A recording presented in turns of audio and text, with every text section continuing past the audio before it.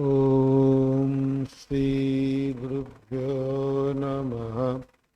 हरि ओम। सहना भवतु, सहनो भुनक्तु, सह वीर्यं करोवावहै, तेजस्विनावधीतमस्तु मा विद्विषावहै। ओम शांति शांति शांति।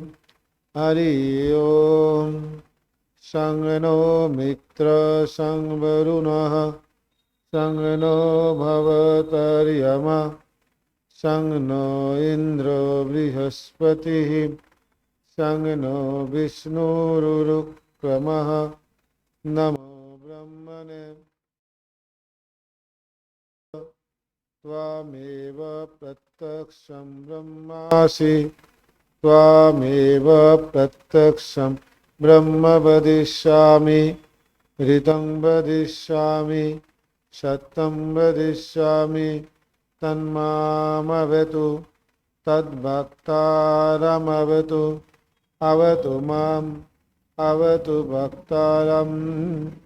ओम शांति शांति शांति। हरि ओम। भद्रं कर्णेभिः शृणुयाम देवाः, भद्रं पश्येमाक्षभिर्यजत्राः। स्थिरैरङ्गैस्तुष्टुवागं सस्तनूभिः, व्यसेम देवहितं यदायुः। स्वस्ति न इंद्रो वृद्धश्रवाः, स्वस्ति न पूषा विश्ववेदाः, स्वस्ति नस्ताक्षो अरिष्टनेमि, स्वस्ति नो बृहस्पतिर्दधातु। ओम शांति शांति शांति। हरि ओम। ओम तत्संयोरावृणीमहे, गातुं यज्ञाय गातुं यज्ञपतये। दैवी स्वस्तिरस्तु नः, स्वस्तिर्मानुषेभ्यः। ऊर्ध्वं जिगातु भेषजं, संगनो वस्तु द्विपदे, संचतुष्पदे। ओम शांति शांति शांति। हरि ओम। ओम मधुवातारितायते, मधुक्षरन्ति सिन्धवः। माधीर्नौ सन्तोषधि, मधुनक्तम् उतौषसि। मधुमत्पार्थिवगं रजः, मधुदौरस्तु नो पिता। मधुवन्नो वनस्पति, मधुमाङ्गस्तु सूर्यः। माधीर्गर्भो भवन्तु नः। ओम शांति शांति शांति। हरि ओम। पूर्णमदः पूर्णमिदं पूर्णात् पूर्णमुदच्यते, पूर्णस्य पूर्णमादाय पूर्णमेवावशिष्यते। ओम शांति शांति शांति। हरि ओम तत्सत्। श्री रामकृष्णार्पणमस्तु।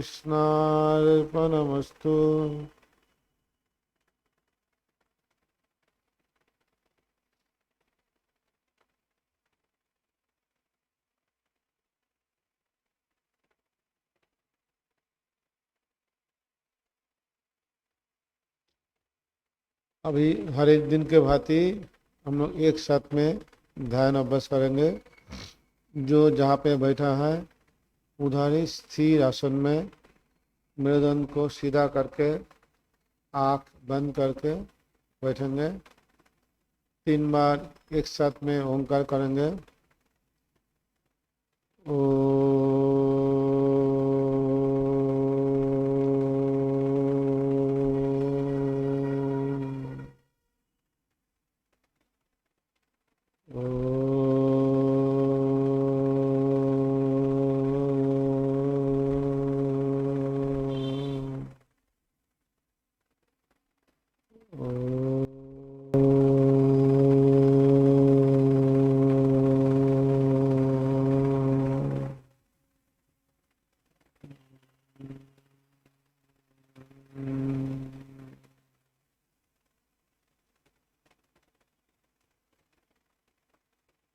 अभी 1 2 3 4 के साथ साथ धीरे धीरे लंबा और गहरा श्वास लेंगे।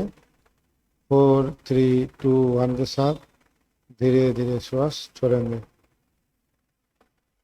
1 2 3 4 4 3 2 1 1 2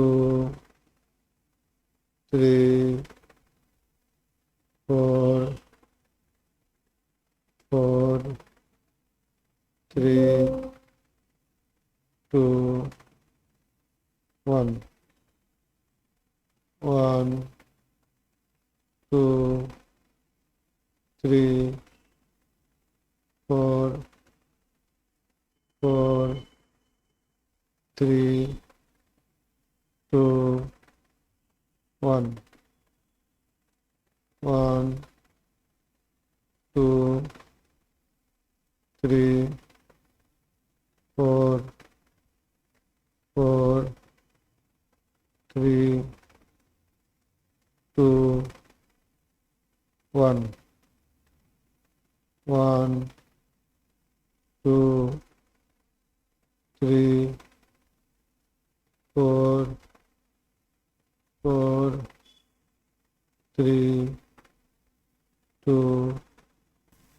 1 1 2 3 4 4 3 2 1 1 2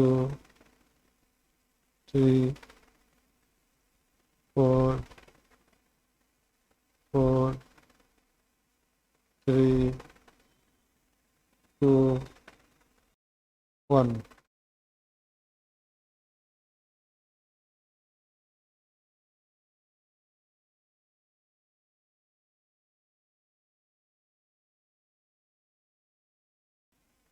3 2 1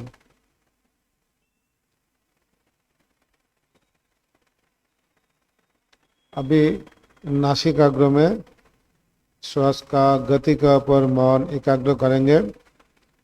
अनुभव करने के लिए कोशिश करेंगे बाहर के शीतल पवित्र हवा, पवित्र भाव अंदर जा रहा है। अंदर का गर्म दूषित हवा, दूषित भाव निकल रहा है, जिसके द्वारा शरीर, प्राण, मन सब शीतल हो रहा है, शांत हो रहा है, पवित्र हो रहा है।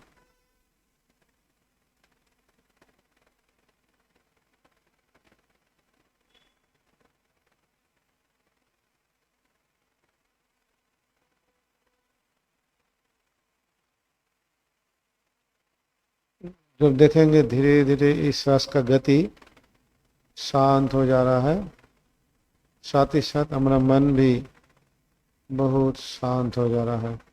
श्वास का गति के साथ मन का निविड़ संपर्क है। गति जब शांत होता है, मन भी तब शांत होता है।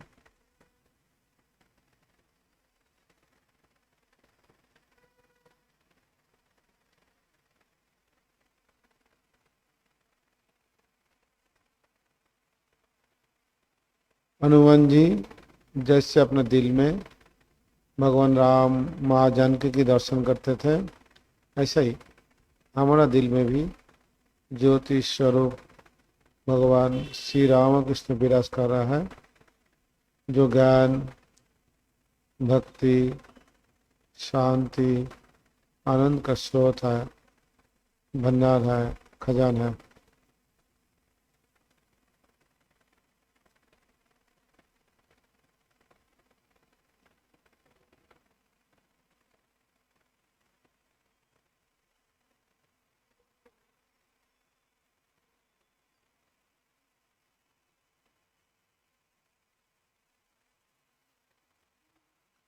ये ज्योति स्वरूप भगवान श्री रामकृष्ण से सबका कल्याण के लिए प्रार्थना करता है।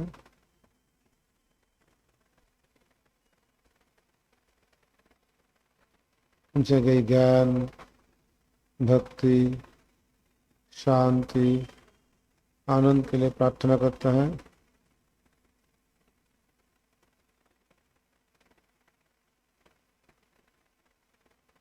अभी जो लोग दीक्षा लिए गुरुदत्त महामंत्र जप करेंगे, जो लोग दीक्षा नहीं लिए हैं रामकृष्ण रामकृष्ण नाम जप करेंगे।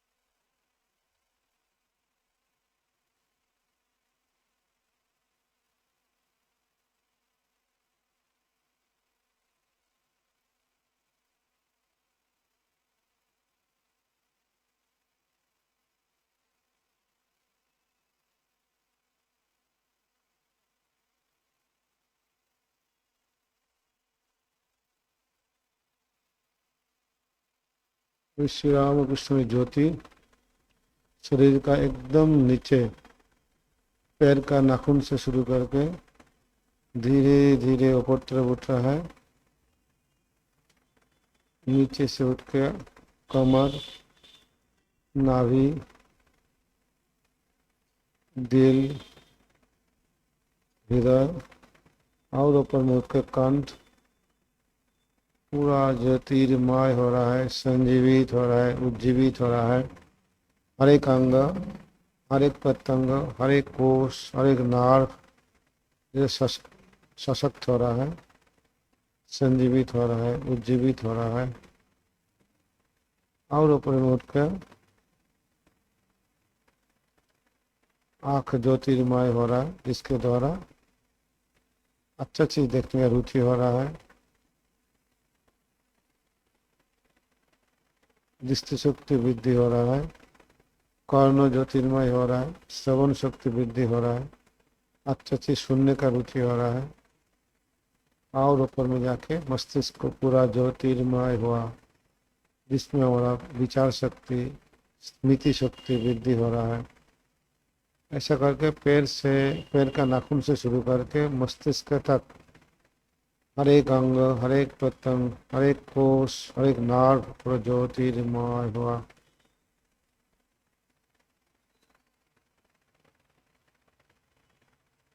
संजीवित हुआ, उज्जीवित हुआ, सशक्त हुआ, सामर्थ्यवान हुआ। सब में से आनंद का लहर अनुभव करेंगे। सकारात्मक विचार, सकारात्मक भाव से भर दीजिए। सर्वव्यापी ज्योति, ज्योतिर्मय शरीर का दिल में, हृदय में ज्योति स्वरूप भगवान श्री रामकृष्ण विराज कर रहा है, जो ज्ञान, भक्ति, शांति, आनंद का स्रोत है। इनसे फिर सबका कल्याण के लिए प्रार्थना करते हैं। ज्योति अनोरो नियन अनियान महतो महियान, उन से भी छोटा है। तो हम लोग के शरीर से सूक्ष्म है प्राण, पंच प्राण ज्योतिर्मय हो, जिसमें हम लोग का ऊर्जा वृद्धि हो, हुनर वृद्धि हुआ, दक्षता वृद्धि हुआ। और सूक्ष्म जाके मन ज्योतिर्मय हो रहा है, जिसके द्वारा मन एकाग्र होता है।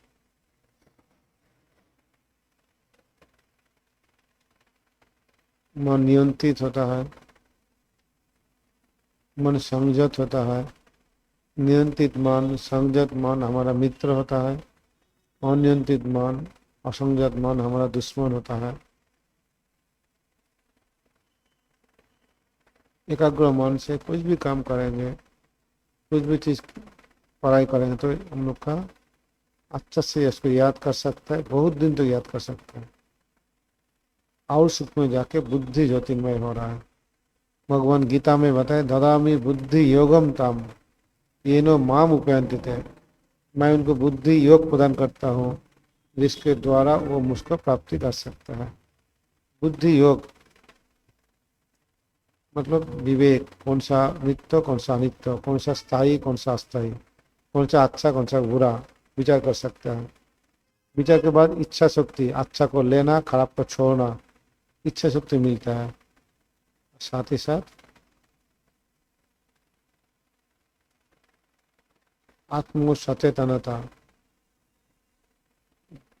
सचेतनता जागरूकता ज़्यादा होता है। जब मैं देह नहीं हूँ, मन नहीं, मैं आत्मा हूँ, मेरे अंदर अनंत शक्ति है, ये बोध ज़्यादा होता है। धीरे धीरे मन और सूक्ष्म में चला गया, आत्मा में जीवात्मा में चला गया, जो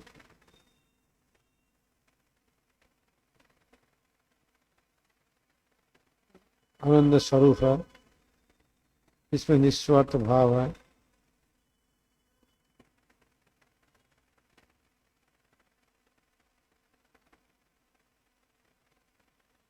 ये हम लोग का आनंदमय कोश, ऐसा करके पंच कोश ज्योतिर्मय हुआ। हृदय में ज्योति स्वरूप भगवान श्री रामकृष्ण विराज कर रहा है। ये ज्योति महतो महियान, बड़ा से भी बड़ा।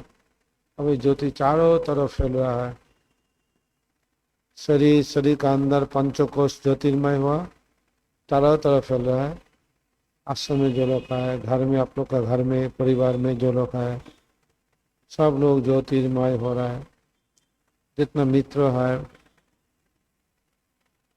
ज्ञाति है, जिसको चेहरा याद हो रहा है, जिनको नहीं हो रहा है, सब लोग जैसे ज्योतिर्मय हो रहा है। सबका जीवन में खुशहाल आ रहा है, आत्मविश्वासी हो रहा है। ऐसा करो ज्योतिर्मय हुआ। उसके बाद मन जहाँ तक जाता है पूरा ज्योतिर्मय, जहाँ पे नहीं जाता है क्योंकि मन ससीम है और ये ज्योति असीम है। मन का बाहर में भी पूरा जहाँ पे नहीं जाता है वो भी जैसे ज्योतिर्मय हुआ।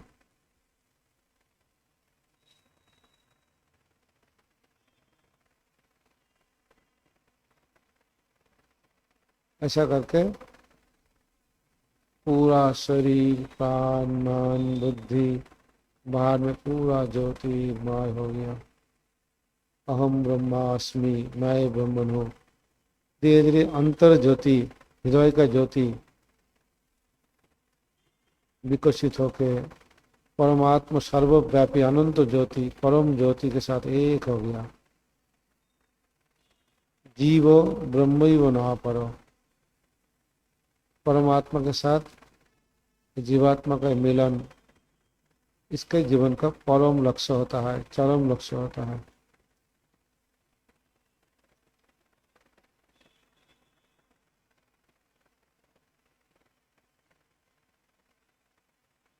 धीरे धीरे इस सर्वव्यापी ज्योति फिर घनीभूत होकर हमारे हृदय में ज्योति स्वरूप भगवान श्री राम के स्वरूप अभ्यास कर रहा है।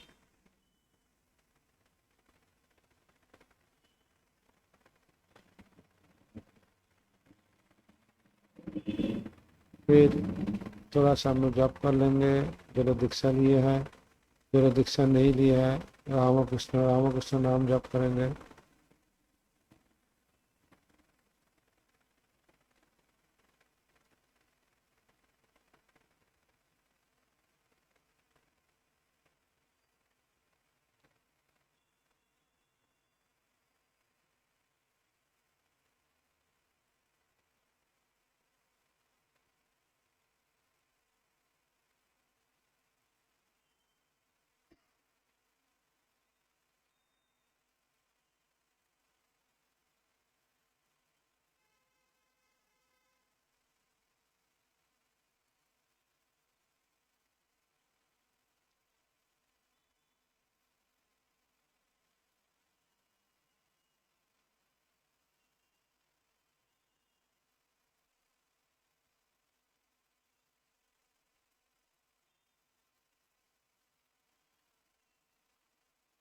अभी ज्योति स्वरूप भगवान श्री राम कृष्ण से सबका कल्याण प्रार्थना करता है, ज्ञान भक्ति शांति आनंद प्रार्थना करता है।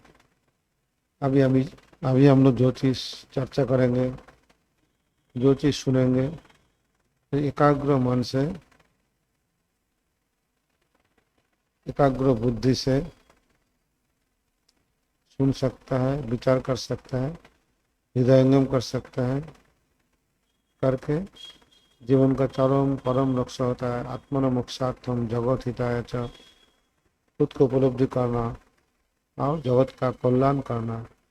ये भाव को लेकर दैनंदिन जीवन में, संसार में, हर एक कर्मों में ये भाव को लेकर जैसे कर्म कर सकता है, करके परम गति चरम गति को प्राप्त कर सकता है।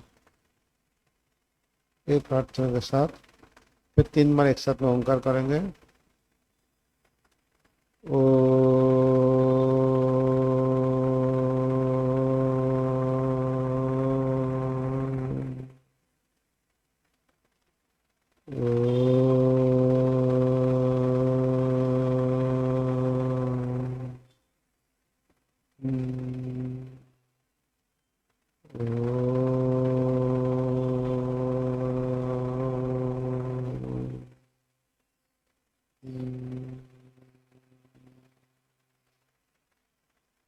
हाथ नहीं खुल के 3 बार हम लोग 2 उंगली घिसेंगे, गरम हथौड़ी आँख के ऊपर धीरे धीरे रखेंगे।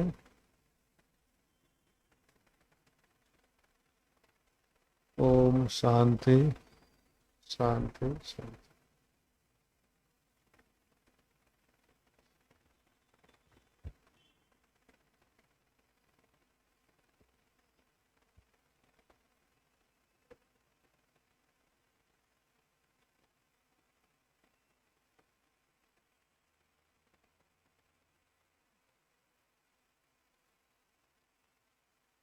आज का ये क्लास में ऑनलाइन और ऑफलाइन में उपस्थित सभी भक्त मंडली को रामकृष्ण मिशन आश्रम मोराबादी की तरफ से हार्दिक नमस्कार करता है, स्वागत करता है। सबका हृदय में उपस्थित ज्योति स्वरूप भगवान श्री रामकृष्ण को प्रणाम करता हूँ। हम लोग का विषय है दैनंदिन जीवन में उपनिषद। उपनिषद का तत्व है, उपनिषद की शिक्षा है, दैनंदिन जीवन में कैसे उसको उपयोग कर सकते हैं। अभी हम लोग कठोपनिषद चर्चा हो रहा है, कठोपनिषद पूरा चर्चा हो गया। अभी हम लोग सारांश जो चीज़ बताए इसके हम लोग चर्चा कर रहे हैं। तो हम लोग देखा है ये उपनिषद में नचिकेता का पिता का यज्ञ का कहानी, वहाँ से वो जमराज के पास गए, जमराज के पास से वर मांगे। पहला वर में उसे पिता का क्रोध है, क्रोध दूर करके पूर्ववत संपर्क करने के लिए। 2 नंबर स्वर्ग को प्राप्ति के लिए जो होम है उसका उन्हें जानकारी मिली। तीसरा में आत्म तत्व, मैं कौन हूँ, जन्म मृत्यु के बाद आदमी कहाँ पे जाता है, मैं स्वरूप क्या है, इसका प्रश्न। तो जमराज बहुत परीक्षा करके आत्म तत्व के बारे में जानकारी दिया है। तो उसमें हम लोग देखा जो कठोपनिषद के 2 अध्याय है, 6 बोली है। तो हम लोग पहला बोली, द्वितीय बोली, तृतीय बोली का सारांश कर लिए है। अभी हम लोग द्वितीय अध्याय का प्रथम बोली के बारे में यहाँ पे क्या बताए संक्षेप में बताएंगे। तो यहाँ पे बता रहा है जो जैसे पहले दिन हम लोग चर्चा किए थे, जो हमारे जीवन का जो गति है परमात्मा का परम स्वरूप को लाभ करना, उसके लिए हमारा शरीर जो है ये रात है, पंचो इंद्रिया जो है 5 घोड़ा है, और जो लगाम है वो बुद्धि हमारा मन है, और हमारा सारथी जो रथ चला रहा है वो हमारा बुद्धि है। तो ऐसे कर अच्छा से समझे हमारा। तो पंच इंद्रिया को चक्षु, कर्ण, नासिका, जिह्वा, तक आदि को मन के द्वारा नियंत्रण करना है। भाई मन को नियंत्रण करना किसके माध्यम से? बुद्धि के माध्यम से। अब बुद्धि को गाइड करता है जीवात्मा, जीव। तो गाइड करके, घोड़ा को गाइड नहीं करेंगे तो घोड़ा 5 तरफ चला जाएगा तो पूरा एक्सीडेंट हो जाएगा, गंतव्य स्थल में जा ही नहीं पाएंगे, उल्टा एक्सीडेंट हो जाएगा। इसीलिए हम लोग का 5 घोड़ा को नियंत्रण में लाना है। ये बात मन को नियंत्रण लाने के लिए बुद्धि चाहिए, बुद्धि का विवेक ठीक होना चाहिए, इच्छा शक्ति अच्छा होना चाहिए, और इसको गाइड करते हैं हमारा जीवात्मा। तो इसको जो अच्छा संस्कार, अच्छा विचार जो जीवात्मा का, जो जीव का है, वही अपना बुद्धि को, मन को, इंद्रिय आदि को सटीक परिचालना करके जो गंतव्य स्थल में ले जा सकते हैं। तो देखा लास्ट में पिछले दिन, जो हमारे ये पंचेंद्रिया है इसको हमारा मन में विलय करना है। मतलब 5 इंद्रियां जो छटपटाते हैं, अच्छा चीज देखना चाहते हैं, अच्छा चीज माने भोग करना चाहता है, अच्छा देख रूप का भोग करना चाहता है, शब्दों, अच्छा शब्दों उसको भोग करना चाहता है, उसमें आनंद ढूंढता है, अच्छा खाना में भोग करना चाहता है, ऐसा करके पंच इंद्रिया में भोग करना चाहता है। ये जो जब तक हम लोग होगा तब तक इंद्रिय हम लोग का बहिर्मुखी होगा, मन भी बहिर्मुख होगा। तब अंदर में जो खनी है, अंदर में जो आनंद है, अंदर में जो शांति है, अंदर में जो भगवान है, इसका तो मन नहीं जाएगा, मन बाहर तरह भटकते रहेगा। इसके लिए हम लोग का विचार के माध्यम से, प्रार्थना के माध्यम से, इच्छा शक्ति के माध्यम से पहले पंच इंद्रिया को संयत करना है, नियंत्रित करना है। जब इंद्रिया का कोई कामना वासना आदि कोई भोगवृत्ति नहीं रहेगा तो इंद्रिया मन में विलय हो जाएगा। मन भी जब एकाग्र होगा, संयत होगा, नियंत्रित होगा, तो मन में भी संकल्प विकल्पात्मक जो वृत्ति होता है, ये खाऊंगा क्या, यही खाऊंगा, यही करूंगा क्या, यही करूंगा, अभी यहाँ पे जा रहा नहीं, यहाँ पे नहीं, उधर जाएंगे, कुछ ठीक नहीं कर पाता है, चंचल होता है जिसके लिए मन। जब हम लोग का कामना वासना आदि नियंत्रित हो जाता है तो मन भी शांत हो जाता है। तो मन में निस्वार्थिक वृत्ति, मतलब स्थिर बुद्धि, ये करना है, ये जाना है, ये नहीं करना है, यहाँ पे नहीं जाना है, ये विचार करना है, ये नहीं करना है, ऐसा तीन निस्वार्थ की वृत्ति आ जाता है। एक ही वृत्ति संकल्प आता है, विकल्प नहीं आता है, तब ये मन बुद्धि में विलीन हो जाता है, विलय हो जाता है। तो पंचेंद्रिया मन में विलय होता है, मन बुद्धि में विलय होता है। बुद्धि में भी विवेक, कौन सा अच्छा है, कौन सा बुरा है, द्वंद्व रहता है कि निस्वार्थिक वृत्ति स्थिर कर लेता है, जो स्थायी है, जो परम सुख, परम आनंद देता है, जो अभी के लिए, भविष्य के लिए सुख देता है। ये जो निस्वार्थिक है वो विचार करके स्थिर कर लेता है, पकड़ लेता है। तो बुद्धि का निस्वार्थिक वृत्ति आता है, दूसरा कोई वृत्ति नहीं रहता है। तो पंचेंद्रिया मन में, मन बुद्धि में, ऐसा जब होता है तभी बुद्धि में परमात्मा का अनुभव होता है। ठाकुर बताए शुद्ध मन, शुद्ध बुद्धि, शुद्ध आत्मा, एक है। कामना वासना रहित हो मन, शुद्ध मन, वो मन में निस्वार्थ का वृत्ति होता है, दूसरा कोई वृत्ति नहीं होता है। वो निस्वार्थ वृत्ति मैंने बुद्धि के साथ एक हो गया। और बुद्धि जब निस्वार्थ के बुद्धि में स्थित हो जाता है तो बुद्धि में एक ही वृत्ति आता है, आत्मवृत्ति, परमात्मा वृत्ति। मैं ब्रह्मन हूँ, मैं आत्मा हूँ, मैं सच्चिदानंद स्वरूप हूँ। इसमें कोई समय मैं शरीर हूँ, मैं अमुक हूँ, मैं ये हूँ से हूँ, ऐसा नहीं आता है। तो ये जो इसमें है चरम गति, परम गति, ऐसे करके पंच इंद्रिया मन में, मन बुद्धि में, और बुद्धि आत्मा में विलीन हो जाता है। ये हम लोग का क्रम है, मुक्ति का क्रम है। ये चीज हम लोग पिछले दिन चर्चा किए थे सारांश के सबसे।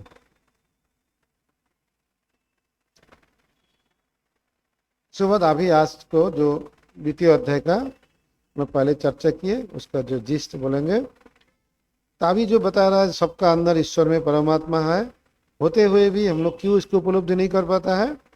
तो बताए कि हमारा सबका अंदर ईश्वर परमात्मा है, परम स्वरूप है, ज्योति स्वरूप है, ज्ञान भक्ति आनंद जो बाहर में ढूंढे सब मेरा अंदर में है। किंतु अज्ञान के कारण, कामना वासना के कारण, स्वार्थपरता के कारण हम लोग ये चीज क्रोध, काम, क्रोध, लोभ, मोह, मद, मात्सर्य के कारण हम लोग अंदर में चीजें बाहर में ढूंढते हैं। जैसे स्वामी जी एग्जाम्पल दिया कि राजा शराब पिया, शराब पी के चिल्ला रहा है, कहाँ पे राजा है, कहाँ पे राजा है, कहाँ पे राजा है। सब लोग बोले तुम ही तो राजा है। नहीं नहीं, मैं राजा नहीं हूँ। तो जब वैद्य को बुलाया तो वैद्य से बांधा बांधा रस्सी से बांध लिया। राजा को बांध के जोर करके दवाई खिला दिया। अब हाथ में जो नशा का भाप कट गया। तो राजा ऊपर, अरे मैं क्यों, मुझको क्यों यहाँ पे रखा है, तो मैं तो राजा हूँ, मैं तो सिंहासन में बैठने वाला हूँ। तब वो अपना स्व महिमा में प्रतिष्ठित हो जाता है। ऐसे हम लोग का भी सेम चीज है। एक कामना वासना आदि के कारण अंदर में सब चीज होते हुए भी वो चीज हम लोग बाहर में ढूंढते हैं।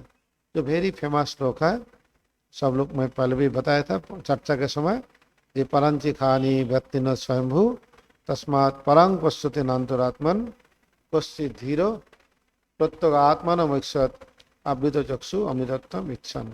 जरूर ये श्लोक था थोड़ा ठीक लगा के रखिए, मैं याद करने की कोशिश कीजिए, बहुत अच्छा लगेगा। बीच बीच में ये चर्चा करना है। जो हम लोग यही जो परंची खानी इंद्रियों से बहिर्मुख होता है, यही हम लोग दुख के कारण है। जैसे इंद्रियों को हम लोग को संयत करना है। तो इंद्रियों जो जिसकी मैंने जिसका संयत इंद्रिय होता है, जिसका मन संयत होता है, जब बुद्धि एकाग्र होता है, वो क्या होता है, वो अपना हृदय में जो परम आनंद है, परम शक्ति है, परम शांति है, वो अनुभव करते हैं। तो जगत का कारण स्वरूप परब्रह्म अति देवी अग्नि सूर्य के रूप में वर्णन कर। ये परमात्मा हम लोग का जितना देवी देवता है, राम कृष्ण काली लक्ष्मी सरस्वती गणेश आदि जो देवता है, तो हम लोग का जितना अधिष्ठात्री देवता है, देवी है, हम लोग का हर एक इंद्रिय में एक एक अधिष्ठात्री देवता है।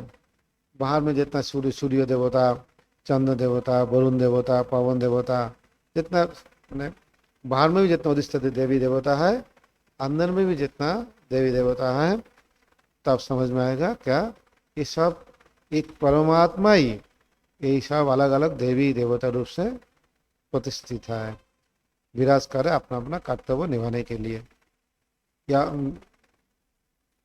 तो इसलिए हम लोग बोलते हैं सर्वदेव देवी स्वरूपाय श्री रामकृष्ण नमः।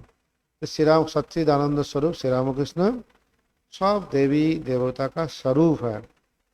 तो सब देवी देवता ही जब शिव जी के प्रणाम कर रहा है तो शिव रूपी श्री रामकृष्ण, काली के पूजा कर रहे हैं काली रूपी श्री रामकृष्ण, राम के पूजा कर रहे हैं राम रूपी श्री रामकृष्ण, लक्ष्मी के पूजा कर रहे हैं लक्ष्मी रूपी श्री रामकृष्ण। और श्री रामकृष्ण कौन है, ये भी परमात्मा है। तो श्री रामकृष्ण रूपी परमात्मा, इसे जिनका जो इष्ट होता है, अपना अपना इष्ट होते ये परमात्मा का ही स्वरूप है। तो ये इष्ट अलग अलग रूप धारण करता है, ये यहाँ पे बताया। क्योंकि जो ये चीज़ नहीं, ज्ञान नहीं होता है तो आप सोचते हैं मेरा देवता काली अलग है, सरस्वती अलग है, लक्ष्मी अलग है, अल्लाह अलग है, गॉड अलग है, बुद्ध अलग है, सब अलग अलग सोचते रहता है।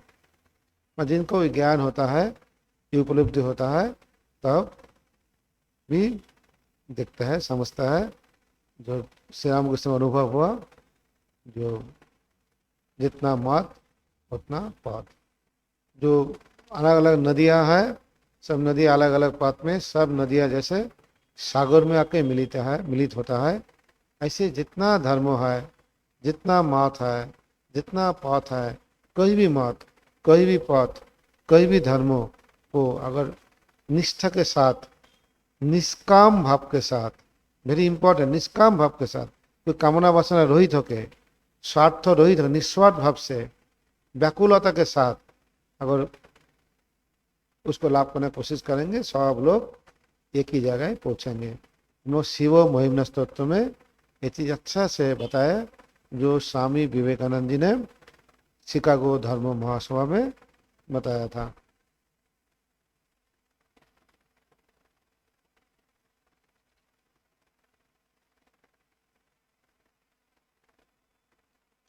यहाँ पे हमने बताया विख्यात श्लोक है भी, जो अंगुष्ठ मात्र पुरुषंतरात्मा सदा जनानम हृदय सन्निविष्ट त्वाम सत शरीरात्म बृहद मुंजादि को इसी काम धौर्य न। ये जो परमात्मा सर्वव्यापी हम लोग देखते हैं, ये परमात्मा सबका हृदय गुहा में यह भी प्रतिष्ठित होता है। परमात्मा राम हनुमान जी देखा है, अपना दिल में राम और सीता है। केवल हनुमान जी नहीं, सब धर्म में, सब पथ में, सब शास्त्रों में ये चीज ही बताया। गीता में भी भगवान श्री कृष्ण अर्जुन को बताया, ईश्वरो सर्वभूतानम हृदय से अर्जुनो तिष्ठति। सब जीव का हृदय में परमेश्वर ईश्वर विराज करते हैं। जब कठोपनिषद बताया अंगुष्ठ मात्र पुरुषांतरात्मा। ऐसे बृहदारण्यक में बताया येषो आत्मा सर्वांतरो, ये आत्मा सबका अंतर में है। श्वेताश्वतर उपनिषद में बताया जो ये जो एकादश पूर्वयुक्त शरीर है, ये शरीर का अंदर में ही परमात्मा विराज करता है। ऐसे सब उपनिषद में, सब धर्मों में जो लोग हमने दीक्षा लिया है, तो गुरुदेव भी सेम चीज बताते हैं, ये परमात्मा हृदय में विराज करता है। ठाकुर भी बताया हृदय से डंक का मन का जगह, यहाँ पे भगवान का ध्यान करना चाहिए, यहाँ पे परमात्मा का ध्यान करना चाहिए। वो ये भी विज्ञान भी बोलता है, जो यहाँ पे सिंपैथेटिक गैंग्लियन है, जो समस्त अनुभूति अनुभव हम लोग को यहाँ पे होता है। जो चरम अनुभव भी हम लोग आखिरी श्लोक में बात में बोलेंगे, जो इसमें बहुत 101 नारियाँ है, जिसके माध्यम से हम लोग का सब टाइप अनुभव अनुभूति यहाँ पे होता है। इसके बुद्धि गुहा बोलता है। तो ये चीज जो जानता है, उपलब्धि करता है, उसका परम गति चरम गति होता है। और जो उसका नहीं होता है, उसको भटकते रहता है अलग अलग जोनि में। मनुष्य जोनि में खराब काम करेगा, पशु जोनि में और ज़्यादा खराब काम करेगा तो स्थावर मतलब ईट पत्थर आदि उसमें उसका जन्म होगा। अब जितना दिन बाद जो कर्म स्थायी होगा तो फिर अब जन्म शुरू होगा। इसलिए हम लोग जैसा कर्म करेंगे उसको आधार पर ही हम लोग गति होगा, उसको आधार पर ही हमारा कर्मफल भोगना पड़ेगा। प्रथम यही द्वितीय अध्याय का प्रथम बोली समाप्त हो गया। ये चीज मेन बताया। द्वितीय अध्याय का द्वितीय बोली में बताया जो परमेश्वर का ध्यान से शोक निवृत्ति तथा जीवन मुक्ति और विधेय मुक्ति का निरूपण होता है। परमेश्वर का सर्वस्वरूपता सर्वत्र परिपूर्णता बारे में बताया। और इसके बाद यमराज द्वारा परमात्मा स्वरूप और जीवात्मा का गति बताने की प्रतिज्ञा किया। तो जीवात्मा गति प्रकरण में बताया, जो मनुष्य अच्छा कम कर्म करेगा तो मुक्त हो जाएगा, नहीं तो जानवर पेड़ पौधे, नहीं तो स्थावर पत्थर आदि में जन्म होता है। वो एकादश यहाँ पे जो बताए, एकादश दाढ़ युक्त जो शरीर है, एकादश दाढ़ हम लोग जो होता है यहाँ पे, जो कि यहाँ पे बीच में हृदय में दाढ़ युक्त में यहाँ पे ये परमात्मा विराज करता है। यहाँ पे जो प्रतिष्ठित होता है उसका कोई टेंशन स्ट्रेस कुछ भी नहीं होता है, समस्त दुख और कष्ट से तकलीफ से वो मुक्त हो जाता है।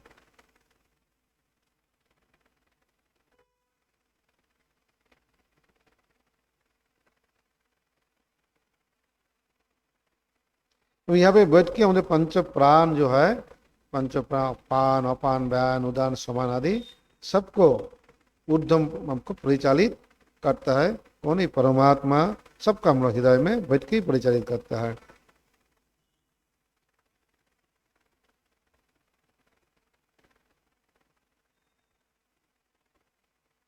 तो यमराज ने जीवात्मा का गति और परमात्मा स्वरूप इन दोनों बातों को बतलाने की प्रतिज्ञा की थी। इनमें मरने के बाद जीवात्मा का क्या गति होता है वो बताया, जो अभी हम लोग बताया। इसके बाद बताइए, एक ही जगत में जितना चीजें देख रहा है सब एक ही थी, परमात्मा ही अलग अलग रूप धारण किया। ये बहुत अच्छा है, ये 2 श्लोक है, ये भी अगर जरूर टिक लगा के रखिए, याद कर सकते तो बहुत अच्छा है। अग्नि यथैव भुवनं प्रविष्ट रूपं रूपं प्रतिरूप बहुव एकोस तथा सर्वभूतांतरात्मा रूपं रूपं प्रतिरूप बहिष्य। वायु यथैव भुवनं प्रविष्ट रूपं रूपं प्रतिरूप बहुव एकोस तथा सर्वभूतांतरात्मा रूपं रूपं प्रतिरूप बहिष्य। एक ही अग्नि आग जब जलाते हैं तो अलग अलग लकड़ी जैसा होता है, ऐसा करके आग जलता है। लकड़ी के आधार पर आग का कलर भी अलग अलग हो जाता है। एक ही इलेक्ट्रिसिटी देखिए, हम लोग यहाँ पे कितना किस्म का लाइट हुआ, झाललाटी लाल नील सबूज कितना हुआ, वहाँ पे एक किस्म हुआ।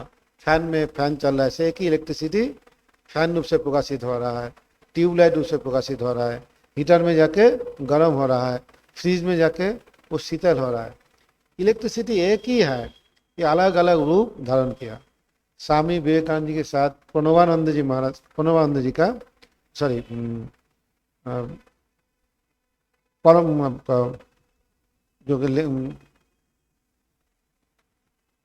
प्रमोदा दास का जो चिट्ठी पत्र का जो आदान प्रदान हो रहा था, वहाँ पर स्वामी जी ये चीज़ बता रहे थे। तो जो दिन जो समय पाश्चात्य जगत में कंजर्वेशन ऑफ एनर्जी, शक्ति का नित्यता सूत्र, जिस एनर्जी शक्ति को neither can be created nor can be destroyed but can be converted from one form to another form.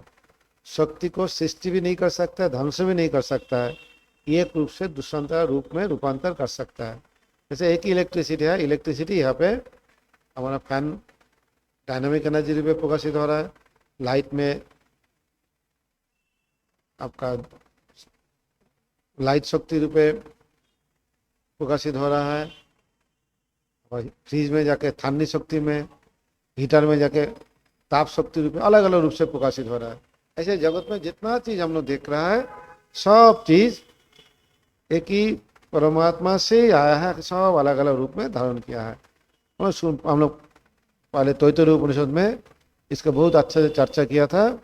ये तो स्मात आकाशो जायते आकाशात वायु वायु अग्नि अग्नि आभो आभो पृथ्वी। ये तो स्मात परमात्मा से आकाश उत्पन्न हुआ, आकाश से आकाश वायु, वायु से अग्नि, अग्नि से आप माने जल, आप हो पृथ्वी, आपसे पृथ्वी, पंचभूत उत्पन्न हुआ। ये पंचभूत से हम लोग का प्राणी जो उद्भिज जो स्वेदो जो जरायु जो 4 किस्म का प्राणी उत्पन्न जगत उत्पन्न हुआ। प्राणी जगत, जीव जगत, उद्भिद जगत, स्वेद मतलब जो पानी में जो छोटा सा कीड़ा मकड़ा आदि होता है, और उद्भिज तो उद्भिद मिट्टी को जो भेद करके भेद करता है,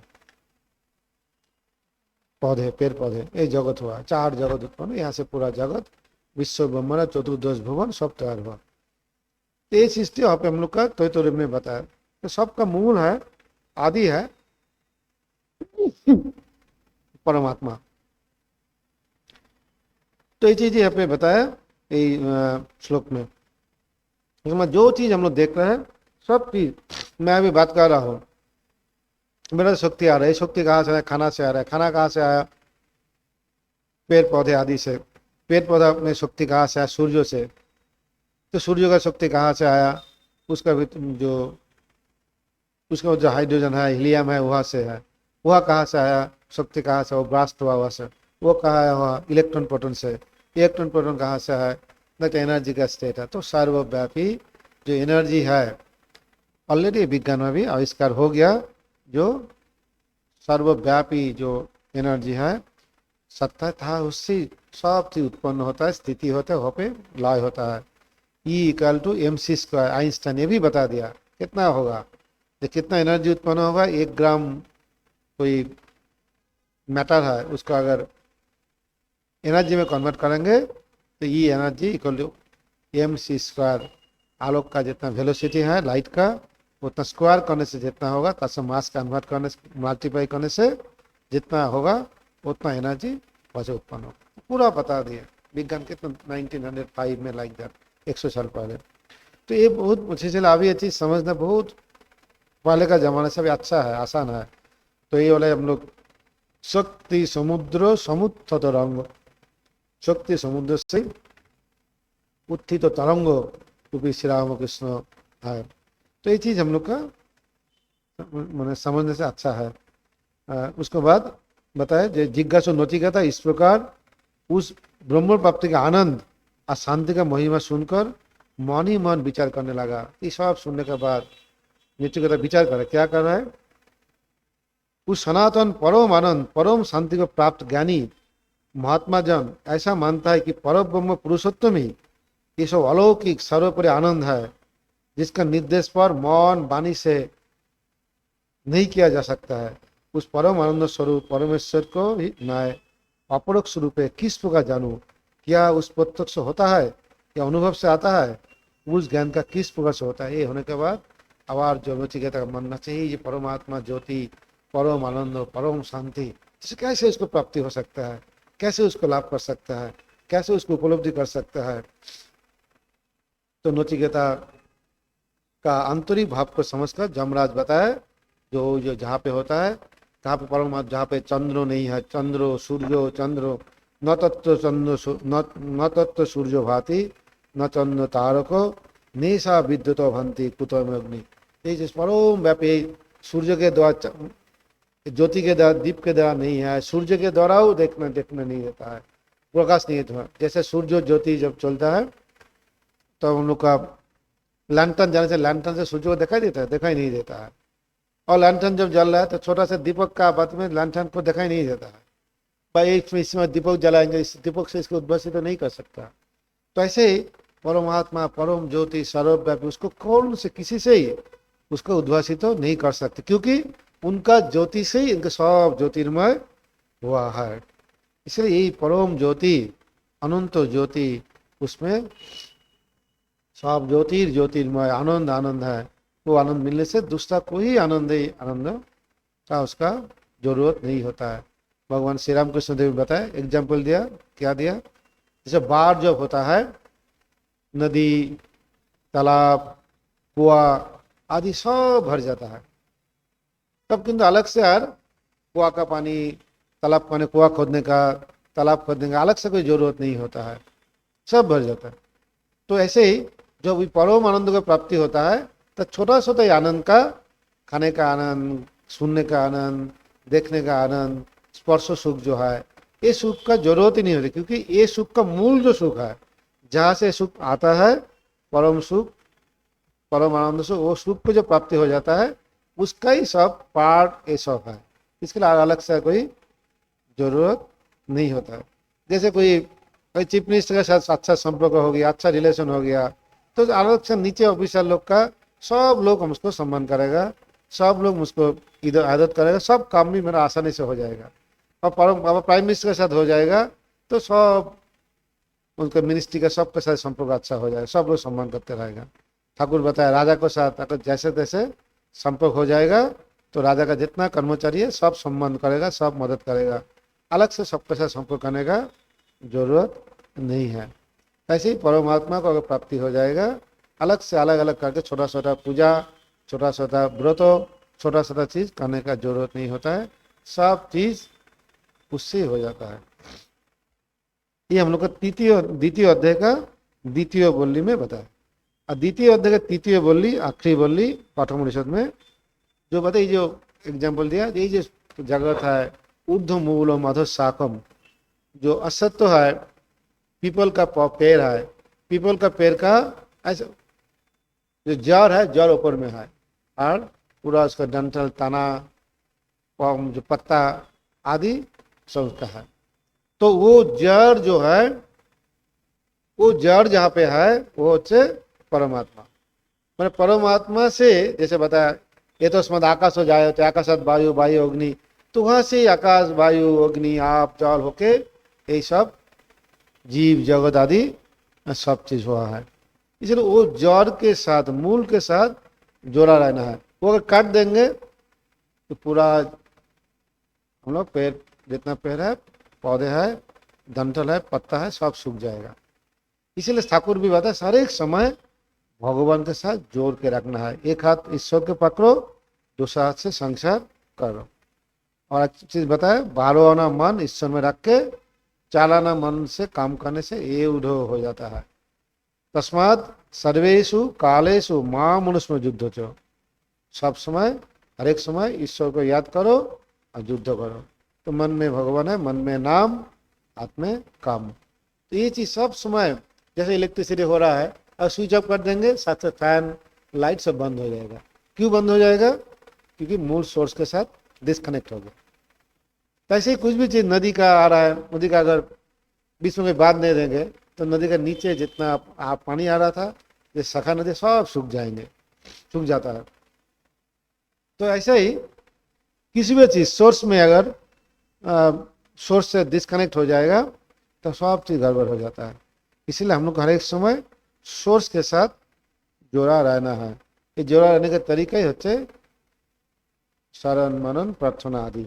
यहाँ पे बता रहा है ये जो ऊर्ध्व मूल मधु शाखा में असत्य है जिसका मूल ऊर्ध्व है, जो शाखा प्रशाखा अनंत जो जगत हम लोग देख रहा है तो उनका ही शाखा प्रशाखा मतलब परमात्मा से हुआ है।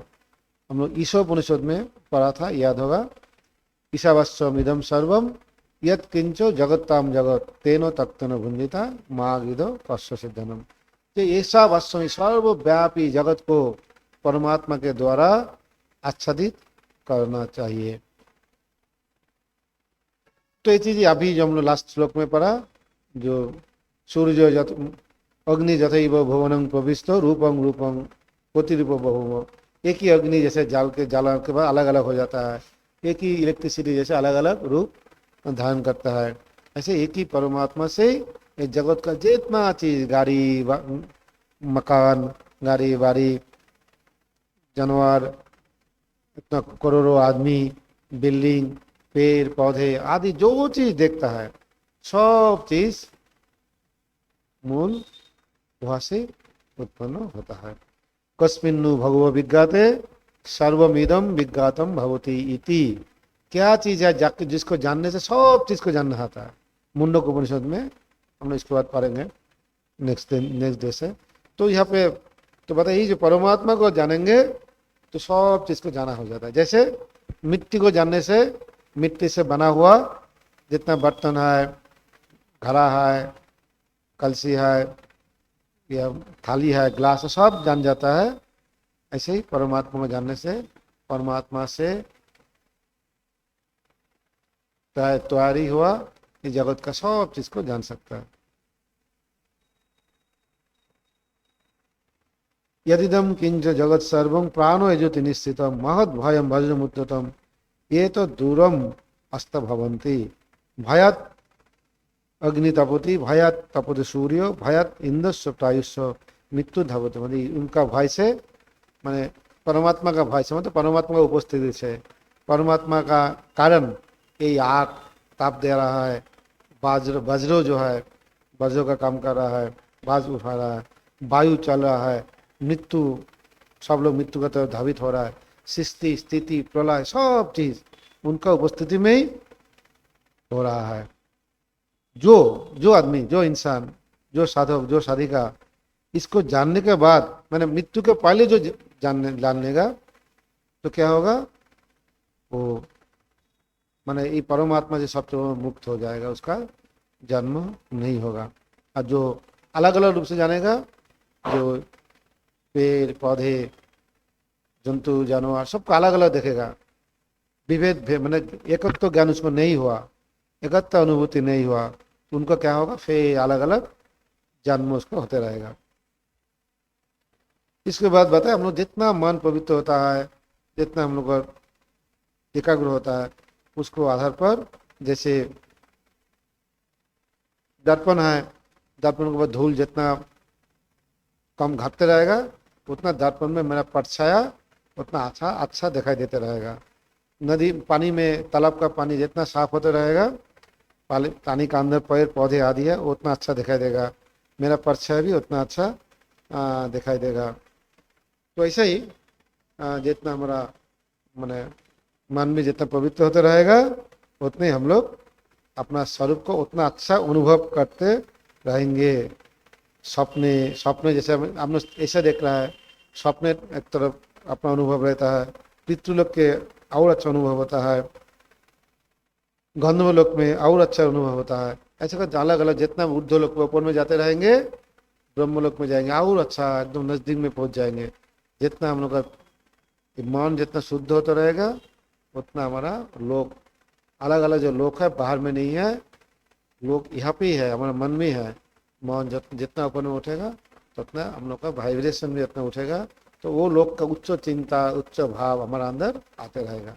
जैसे रेडियो का टीवी का 1000 चैनल है, 501 चैनल 502 नंबर चैनल दिया तो 502 नंबर चैनल का जो वॉइस है वीडियो है वही आएगा, दूसरा कोई नहीं आएगा। फिजिक्स में बोलता है रेजोनेंस, उनका जो वाइब्रेशन है उनका जो वेवलेंथ है, इनका टीवी का जो मैंने जो ट्यूनिंग के वेवलेंथ एक हो गया तो उसमें घुस गया, दूसरा कोई नहीं जाएगा। मोबाइल में लाखों करोड़ों मोबाइल है, नंबर है, हम लोग एक नंबर कोई पार्टिकुलर नंबर को दबाया तो वो नंबर ही अमेरिका में हो लंदन में वो नंबर का आदमी कोई मोबाइल में रिंग होगा, दूसरा को नहीं होगा। तो ऐसा ही हम लोग का भी मन जितना ऊपर में उठेगा तो वो जगत का वो लेवल का वो लोक का भाव हमारा अंदर घुसेगा, दूसरा लोक का भाव नहीं घुसेगा। इससे जितना हम उठेंगे उतना हमारा भाव अच्छा विचार अच्छा चिंता आते रहेगा। इंद्रियाणां पृथक भावम उदयास्तमो च यत् पृथक उत्पद्यमानानां मत्वा धीरो न शोचति। ये इंद्रिय को पृथक पृथक रूप से अलग अलग जगह जाता है, मगर जिसका मति जिसका बुद्धि स्थिर है वो इंद्रिय के द्वारा भटकते नहीं है, वो मन को स्थिर करके परमात्मा को अपना स्वरूप में स्थित रहता है। तो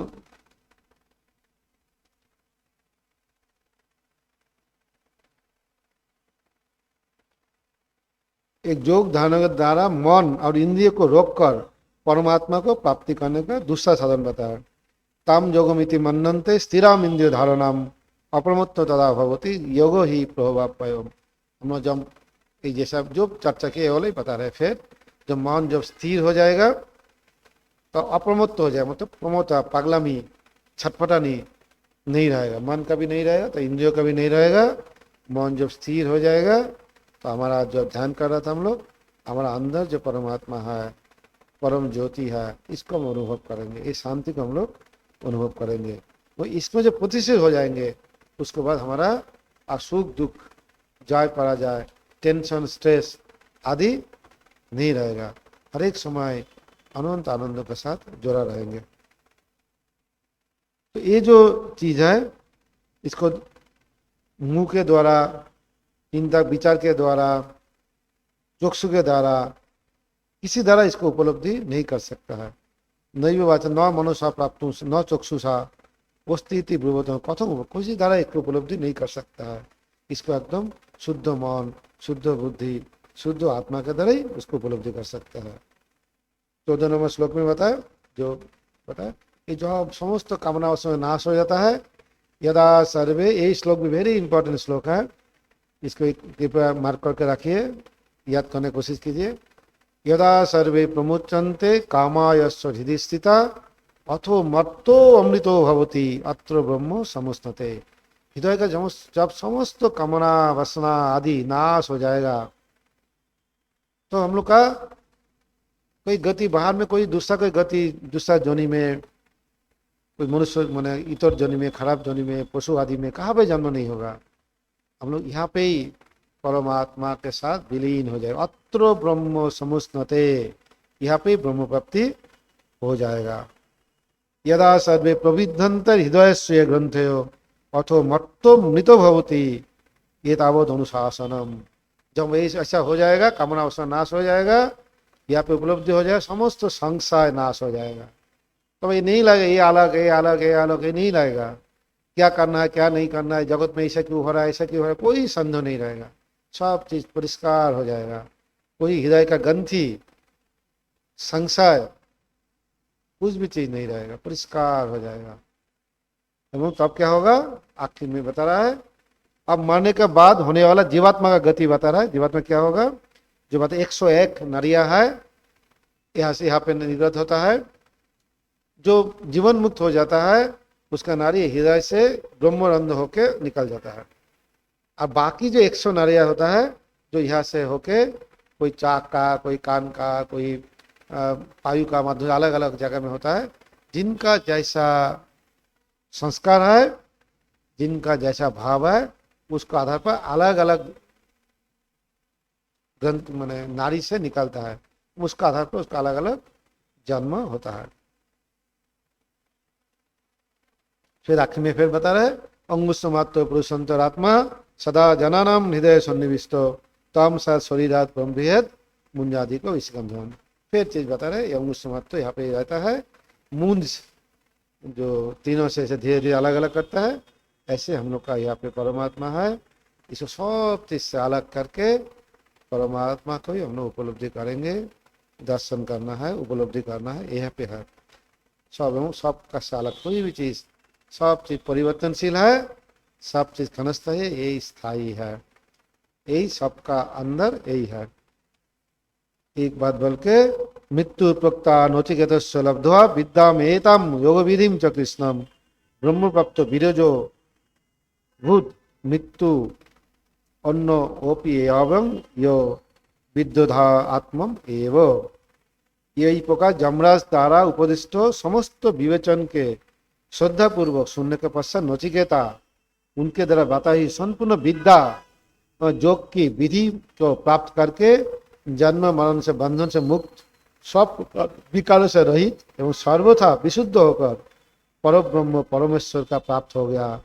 दूसरा भी जो कोई इस अध्यात्म विद्या को इस प्रकार नचिकेता का भांति ठीक ठीक जान लेता है, श्रद्धा पूर्वक उसे धारण कर लेता है, वो भी नचिकेता का भांति सब विकारों से रहित तथा जन्म मृत्यु से मुक्त होकर परब्रह्म परमात्मा का प्राप्त हो जाता है। अब यही सब सुनने के बाद, उपलब्धि करने के बाद नचिकेता मुक्त हो गया। समस्त विकार, काम, क्रोध, लोभ, मोह, मद, मात्सर्य आदि से सब से मुक्त हो गया। मुक्त होके अपना स्वरूप में प्रतिष्ठित हो गया।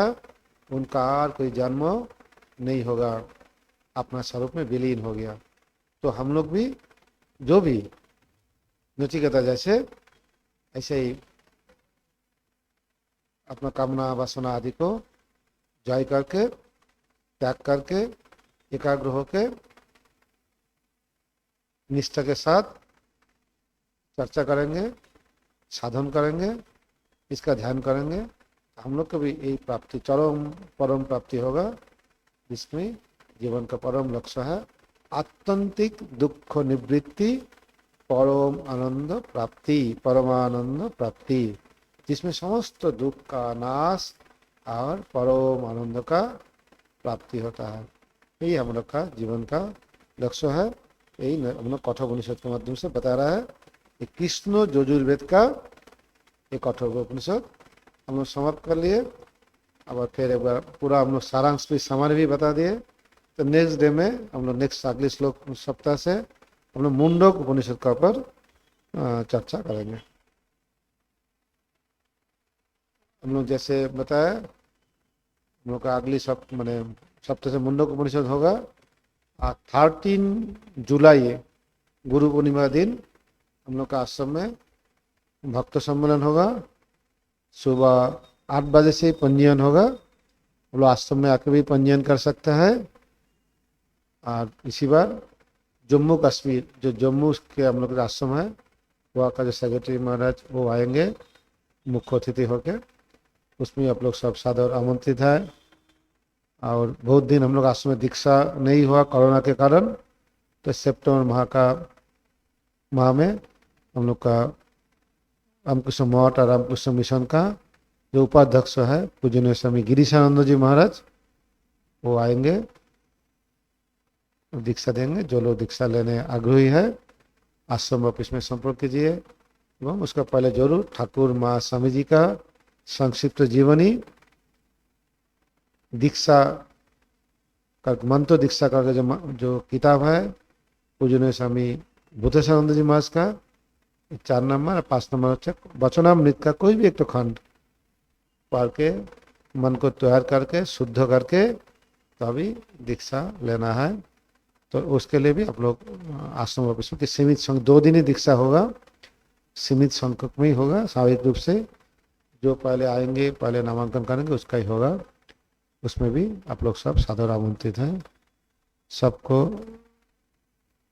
ये आज के दैनंदिन जीवन में उपनिषद में कठोपनिषद का ऊपर जो चर्चा हुआ, इसमें उपस्थित ऑनलाइन में और ऑफलाइन में सभी भक्त मंडली को रामकृष्ण मिशन आश्रम की तरफ से हार्दिक नमस्कार।